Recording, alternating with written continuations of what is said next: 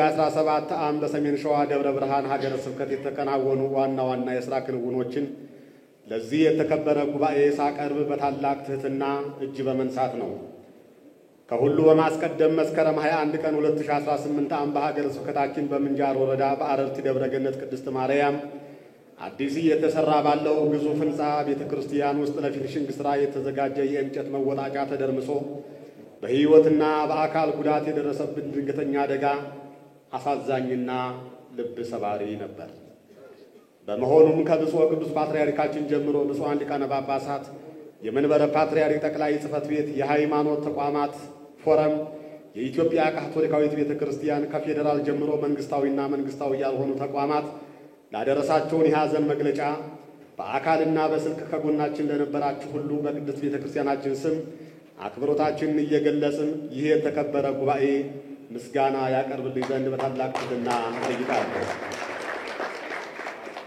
እንዲሁም ለሞቱ ወገኖቻችን ዕረፍተ ነፍስን፣ ለተጎዱ ምሕረትን፣ ላዘኑ መጽናናትን እግዚአብሔር ይሰጥልን ዘንድ ይህ ጉባኤ በጸሎት እንዲያስብልኝ በታላቅ ትሕትና ማሳሰብ እፈልጋለሁ።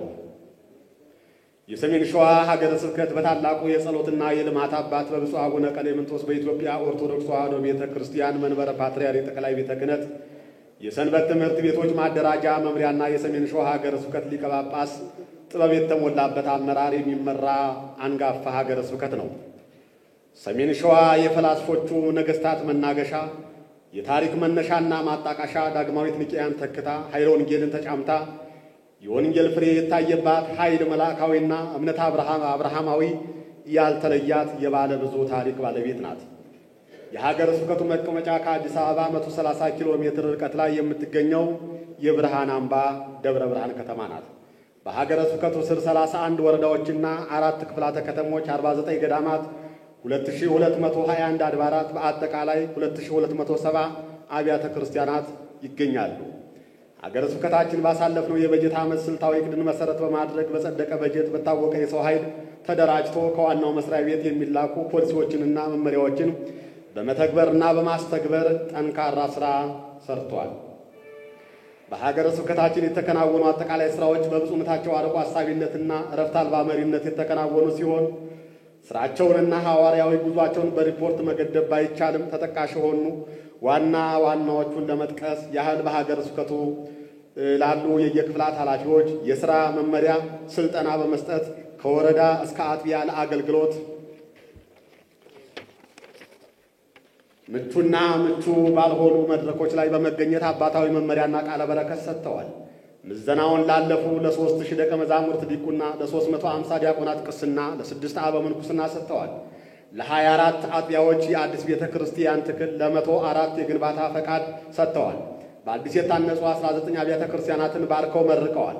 ለ9 አብያተ ክርስቲያናትና የሁለገብ ሕንፃዎች ግንባታ የመሠረት ድንጋይ አኑረዋል። በደብረ ብርሃን፣ በአጣዬና ሸዋሮቢት ከተሞች በአረጋውያንና የሕፃናት መርጃ ማዕከላት በአካል በመገኘት ከማጽናኛ ትምህርት ጋር ከ200,000 ብር በላይ በገንዘብና የአይነት ድጋፍ አድርገዋል።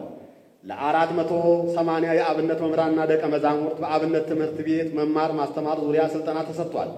በሐዲስ ኪዳን፣ በብሉይ ኪዳን ትርጓሜና በቅዳሴ ማስመስከሪያ ጉባኤ ቤት 71 ደቀ መዛሙርት ተመርቀዋል።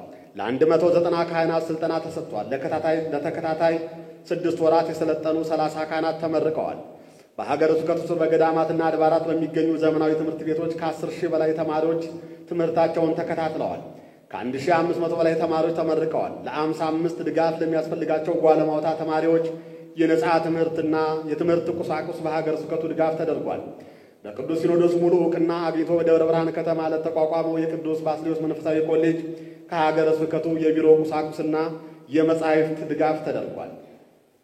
በደብረ ብርሃን ከተማ አፄ ዘርዓ ያዕቆብ አደባባይ 2 ታላላቅ መንፈሳዊ ጉባኤያት፣ በወረዳ ዋና ከተሞች 121 ጉባኤያት የተከናወኑ ሲሆን 84 ኢአማንያን የሥላሴን ልጅነት አግኝተው ወደ ቅድስት ቤተ ክርስቲያን ተጨምረዋል።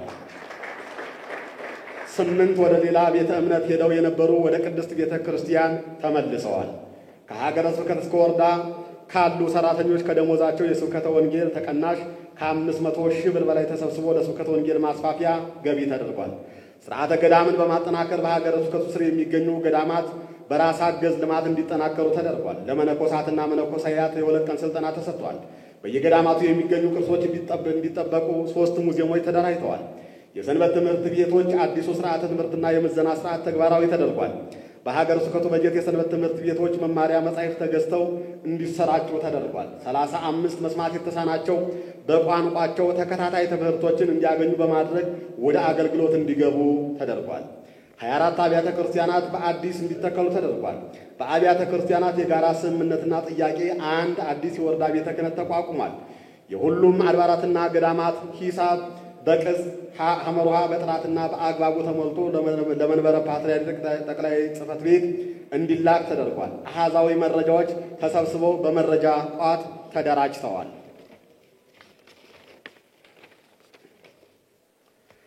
በዘላቂ ልማት የቤተ ክርስቲያንን የኢኮኖሚ እድገት ለማፋጠን በገዳማትና አድባራት የተለያዩ የልማት ስራዎች ተሰርተዋል። ከ4 ሚሊዮን በላይ ሀገር በቀል ችግኞችና አትክልቶች እንዲተከሉ ተደርጓል። ከ40 በላይ የልማት ፕሮጀክቶች ፕሮፖዛሎች እንዲጸድቁ ተደርጓል። ለቤተ ክርስቲያን መትከያ፣ ለበዓላት ማክበሪያ፣ ለልማትና መካነ መቃብር ማስፋፊያ የሚሆን ከ181 ሺህ ካሬ በላይ ቦታዎች መረከብ ተችሏል። በ2016 ዓ.ም የበጀት ዓመት በደብረ ብርሃን ከተማ ለሀገረ ስብከቱ 100 ሺህ ካሬ የጥምቀት ማክበሪያ ቦታ ተሰጥቶ የነበረ ቢሆንም በርቀት ምክንያት የቅያሬ ቦታ ተጠይቆ ከከተማ አስተዳደሩ 150 ሺህ ካሬ ቦታ ተረክበናል።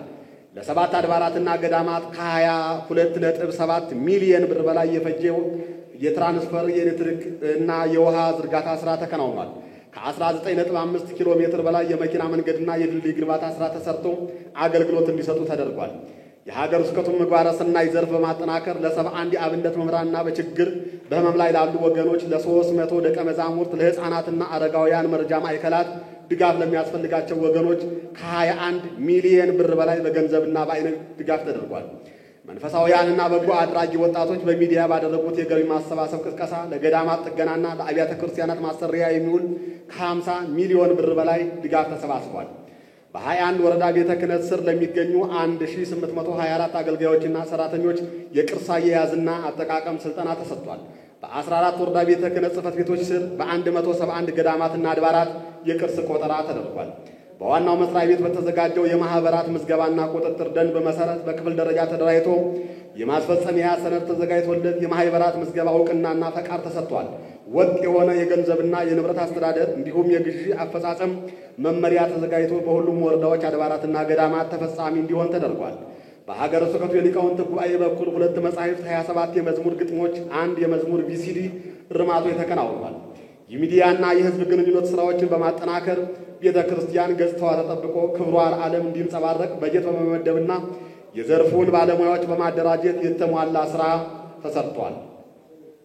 በመጨረሻም አብዝቶ የሚዘራ አብዝቶ ይሰበስባል በተባለው ገጸ ንባብ መሰረት ብፁዕ አቡነ ቀሌምንጦስ ለእንቅስቃሴያቸው ኮሽታ፣ ለጸሎታቸው እፎይታ የሌላቸው፣ በአስተሳሰባቸው ምጥቀት፣ በአመራራቸው ስልት፣ ለስራ ባላቸው ፍቅርና ጉጉት ዘመኑን ይዋጁ ሰሜን ሸዋን በወንጌል ከፍታ ወደ ተራራው ጫፍ እያዘለቁ ያሉ አባታችን ከሀገረ ስብከታችን የተሰበሰበውን ፍሬ በረከት ብር 36 ሚሊዮን 212894.23 ለጠቅላይ ቤተ ክህነት 35% ገቢ የተደረገበትን የባንክ ስሊፕ ለብፁዕ ዋና ጠቅላይ ሥራ አስኪያጅ ይሰጡልኝ ዘንድ በልጅነት መንፈስ ዝቅ ብዬ በታላቅ ትሕትና ጠይቃለሁ።